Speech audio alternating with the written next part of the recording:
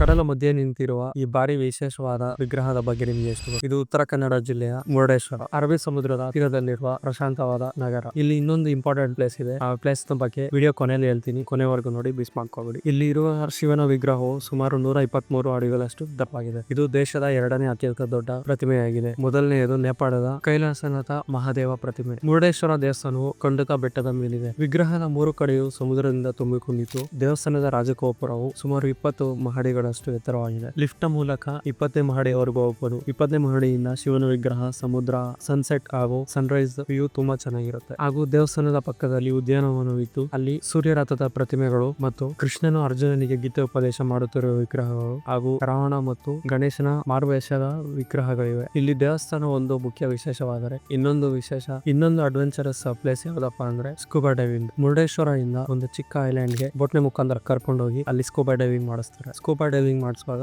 ನೀರು ತುಂಬಾ ಕ್ಲೀನ್ ಆಗಿರುತ್ತೆ ಹಾಗೂ ಟ್ರಾನ್ಸ್ಪರೆಂಟ್ ಆಗಿರುತ್ತೆ. ಸ್ವಿಮ್ಮಿಂಗ್ ಬರ್ದೇ ಇರೋರು ಕೂಡ ಇಲ್ಲಿ ಸ್ಕೂಬಾ ಡೈವಿಂಗ್ ಮಾಡಬಹುದು. ಅಡ್ವೆಂಚರ್ ಇಷ್ಟಪಡೋರು ಸ್ಕೂಬಾ ಡೈವಿಂಗ್ ಮಾತ್ರ ಮಿಸ್ ಮಾಡ್ಕೊಳ್ಳಕ್ಕೆ ಹೋಗ್ಬೇಡಿ. ಈ ವಿಡಿಯೋ ನಿಮ್ಗೆ ಇಷ್ಟ ಆದ್ರೆ ಲೈಕ್ ಮಾಡಿ, ಶೇರ್ ಮಾಡಿ ಹಾಗೂ ನಮ್ಮ ಚಾನಲ್ ಸಬ್ಸ್ಕ್ರೈಬ್ ಮಾಡ್ಕೊಳ್ಳಿ.